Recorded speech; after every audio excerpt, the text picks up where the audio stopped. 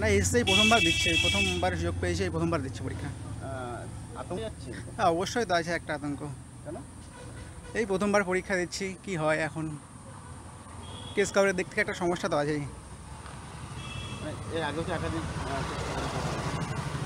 হ্যাঁ আগেও তো হয়েছে, এখন কি হয় দেখা যাক।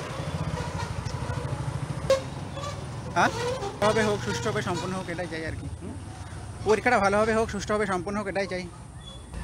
তখন দেখা যাক কি হয়, তখন দেখা যাবে। আপনার নাম? রাহুল মণ্ডল। কি বলবেন?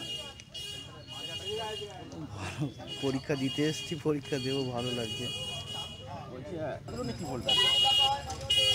দেখুন, একটা অভিজ্ঞতা তো আমাদের খারাপ হয়েছে এবং এসএসসি সম্পর্কে আমাদের ঠিক বিশ্বাসের জায়গাটাও নেই। আবার পরীক্ষা দিচ্ছি, কিন্তু জানি না এটা কি হবে, আবার না কোনো সমস্যার মধ্যে পড়তে হয়।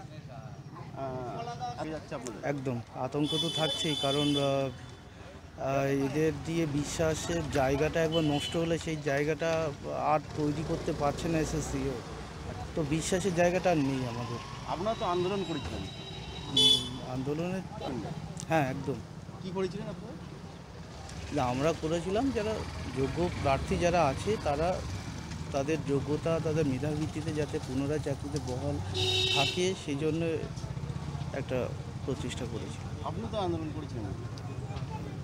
সক্রিয়ভাবে আমি হয়তো আন্দোলন ছিলাম না, কিন্তু সমর্থন ছিল। যারা যোগ্য ছিল তারা অবশ্যই কেন পাবে না তাদের জায়গায়। আজকে তো আবার পরীক্ষা হবে, কী বলবেন?